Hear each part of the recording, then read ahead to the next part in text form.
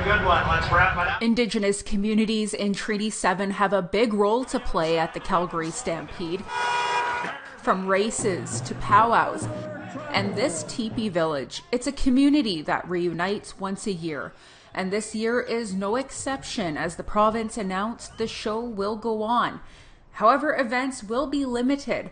From the Tsuut'ina Nation, Violet Meguinis is an intergenerational teepee owner and a part of the Stampede's First Nation Events Committee. She says the village is an opportunity for guests to tour teepees and ask questions, but only 20 out of 26 teepees will be on display this year.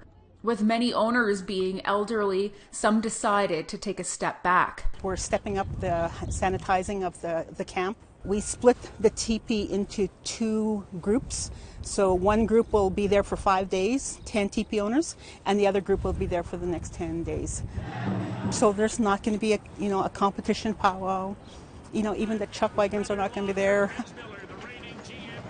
There will be rapid testing for frontline workers and volunteers, and only half of the amount of attendees will be allowed on the grounds.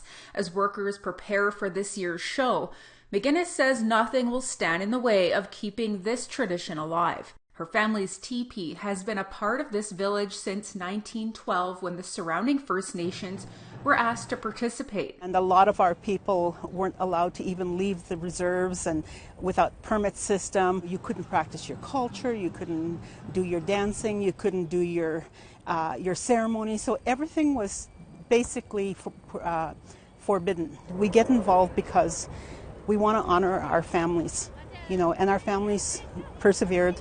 They were involved with Stampede all these years. Attendees can watch dancing demonstrations and visit the village in small groups from July 9th to the 18th.